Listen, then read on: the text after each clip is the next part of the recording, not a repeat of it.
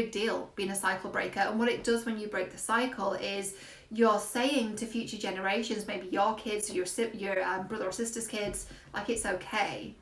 I've gone first. I've helped pave the way, so you can go after me. You know, I've helped carve a new path. You don't have to go down the path that everyone else has been down. So it's really... Hi everyone, Cheryl here. It's been ages. 3 signs you're the cycle breaker in your family is what we're talking about today. Some of these things may be surprising, some may be obvious, some may be confirmation for you. And before I tell you the 3 signs that you're the cycle breaker in your family, I'm just going to take a step back and explain what is a cycle breaker. Like, what the fuck are we talking about? A cycle breaker is someone who ultimately sees a pattern in their family line and says, no thanks, we're not doing that anymore. So obviously with my work and with what I do, that's very much based around relationships. So it's these patterns we see in our family line and we go, yeah, I see that that's what my parents did, it's what their grandparents did, it's what my great grandparents did, but I'm not going to continue to do that, right? So it could be codependency, it could be enmeshment, it could be a really unhealthy family system, it could be all kinds of patterns of not resolving conflict in the family. You know, that thing that happens in families where you know, a parent might talk to you about a problem they have with your sibling and it's like, well, you need to go resolve it with them. You can't resolve it by talking to me about it. And you kind of develop this like co-rumination pattern with them. I just learned of that term the other day. I didn't know there was a term for it. Where you both continue to talk about the thing. Oh yeah, Jenny's doing that thing again. Oh my God, Jenny's whatever. Go talk to Jenny about it. There's no point talking to me about it. You know, these patterns that run in families. Sometimes it's deeper than that. Sometimes it's a pattern of alcoholism. Sometimes it's a pattern of repressed sexuality, right? So it's big. It's a big deal being a cycle breaker. And what it does when you break the cycle is you're saying to future generations, maybe your kids, your brother or sister's kids, like, it's okay. I've gone first. I've helped pave the way, so you can go after me. You know, I've helped carve a new path. You don't have to go down the path that everyone else has been down. So it's really important. And on a soul level perspective, you know, you come to your family line to sort out these patterns that have happened in this lineage for probably hundreds and hundreds of years. So that's what a cycle breaker is. What are some of the signs that you might be a cycle breaker? I've just taken my glasses off now. I can't see my notes. I'll have to put them back on. One is that you're in a career that your family don't understand or don't approve of. That might be a little surprising, right? So if you constantly hear from your family, oh, like, what is it you do again? Like, what? I don't understand. Like, what do you do? Like, that's a sign. If you notice that, like, everyone in the family goes into the family business or they go into a certain career, right? But you've done something different. Maybe you're working online, you're working in, I don't know, cryptocurrency, or you're in a job that didn't exist when your parents were younger. Albeit, yes, of course, this changes from generation to generation as jobs become available and are developed that weren't available when your parents were small. But more often than not, what it is you're choosing to take a different path. You're choosing to get into a different line of work. And of course, if you're a cycle breaker and you're starting to work in, I don't know, psychology or personal development, and there's been all these patterns in the family, it's like, oh, they're doing something different. What are they doing? Right? So a sign that you're a cycle breaker in your family is that you're in a career or a line of work that your family don't really understand. So the second one is you feel misunderstood in your family. You feel like the proverbial black sheep. You feel like the odd one out. You feel like you don't really fit in your family, right? Maybe when you were younger, you were like, are these really my family? Like, I kind of feel like I might have been adopted or something. Like, I don't really fit here. That feeling of being misunderstood and being the odd one out is because you're meant to do something different in this family line. So feeling like you don't really fit the family system is a sign that you're a cycle breaker. And the third and final sign is, this one might be obvious, you're the only one studying personal development, right? So if your family are not really getting into this kind of work, but you are, and you're really like looking at this and going, well, what are the patterns in my family, right? Like, where did my relationship patterns come from? Okay, they came from my family. Well, what's the deal there, right? How was this passed on from my mother? Well, from her mother and her mother and her mother. Okay, so I'm going to do something different so that my kids have a different start and have a different reality. So if you're the only one studying personal development, that's a sign. And by the way, sometimes your family members might be watching like those like motivational videos on Facebook or those like inspirational quotes. That doesn't count.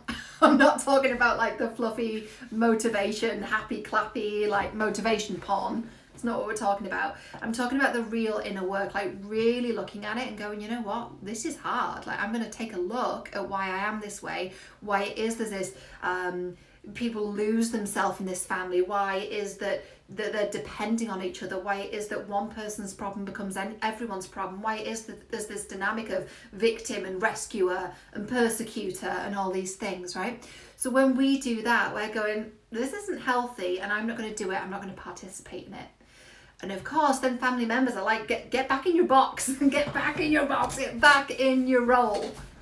Because it's like, it's uncomfortable and it makes them question the whole dynamic and they don't really want to talk about it, right? You're basically the one that like addresses the elephant in the room, or even if you're not addressing it, you're seeing it and you're kind of calling it out, and maybe they know. Maybe that's why you were kind of misunderstood or the odd one out in your family, because you're looking at this and like they know you were like calling bullshit on it all. You're like, this isn't good. What the fuck's going on here? And you're like, you're not having it. So that's the sign. I'm actually going to give you a bonus sign. This came to me just before. So another sign that you're a cycle breaker is that you have a higher emotional literacy or a higher emotional intelligence than your parents. So that could have developed because of trauma, for sure. Or it could be because you're the only one studying the inner work, right? But if you find yourself having a better grasp of like regulating your emotions, like you're able to, you know, resolve conflict, you're able to feel uncomfortable feelings and not get angry and reactive, but your parents do, you're more emotionally mature than your parents. So that's already, if they're up here, they're 60 and you're here and you're 30, right? There's a 30-year gap in life experience, but you're already ahead of them in this major functional area of your psychology. So you're going to break the cycle because your kids are going to have a different type of parent. One that's going to not react from their emotions and not punish from their emotions. A parent who's not going to blame their kids for their own triggers, right? It's going to be that whole conscious parenting thing. It's going to be very, very different. So this is important work. And sometimes when we're the cycle breaker, it feels hard because we feel like we're going against the grain a little bit, but it's necessary. Creating change is not always easy. It's not always fun. It can be. And also, you know, when you do that, when you choose to break the cycle, you're doing everyone a favour. You're doing everyone a favour because it gives everyone else permission to change. When I was swimming recently, I started wearing red lipstick to the lake to go and swim. And I'm like, why am I wearing red lipstick? I was like judging myself, right? Why am I wearing red lipstick to go for a swim at the lake? They're going to think I'm crazy. They're going to think this and that. And I had all these stories running in my head. And then what I noticed is that some of the other girls started to wear red lipstick next time I saw them. And it's like I'd led the way. And yes, that's a really shallow example, but it's like I gave them permission. Like, you can wear lippy if you want when you go for a swim. It's no big deal. Whereas if I just gone, oh, you know, it's the Lake District and it's really rural and people don't do that here, then there wouldn't be all these lovely ladies getting their lipstick on as they go for a swim in the lake, right? Because I do winter swimming. You guys probably know that. So it's things like that. Like, you go first and you give other people permission to change. So you might find that when you've done some inner work that your family start looking into it. Right? Maybe a brother or sister goes to therapy. Maybe your dad, it becomes calmer than you've ever seen. And maybe your mum has a lot more self-awareness than you've ever seen before. It's not why we're doing it, but it has that impact. And that's a really beautiful thing. Right? You give other people permission to break the cycle too. So it's bold. It takes balls. It takes real balls. And it's necessary. So I'll recap, and by the way, if you have any questions while I'm on live, I'm happy to answer them, so let me know. And I'm just going to press the little button and wave at all of you that are on live. Thank you for being here. Thank you, I appreciate you, I see you, and I'm really grateful for you. Thank you so much for being here. So the 3 signs that you're a cycle breaker are You're in a career or a job line of work that your family don't understand or maybe don't approve of. You feel like you're kind of misunderstood in your family. You feel a little bit like the odd one out, the black sheep, the old soul. You feel like you don't really fit, like they're not really your family. That's a sign that you're a cycle breaker. And the third and final sign is you're the only one studying personal development and like doing really hardcore inner work, notwithstanding the like, you know, motivation porn that you see on Facebook or whatever, you know. Oh, and I gave you a bonus tip as well, which is you have a higher emotional literacy or a higher level of emotional regulation and conflict resolution skills than your parents. All right, that's everything, guys. I hope you enjoyed this. And if you want more from me, you can follow me here on the Instagram machine if you're not already. You can find me on the YouTube machine. I'm going to do more videos there too. My website is cherylmuir.com and the details of my courses and my coaching are there.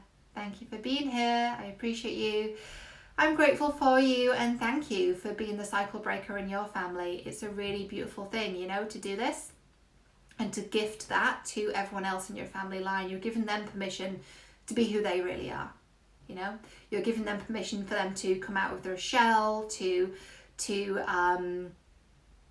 express themselves, to be open about who they are, whether that's in relation to their personality traits or the career they really want to do or their sexuality, like whatever it is, you're giving them permission to be who they are. And that's what love is, isn't it?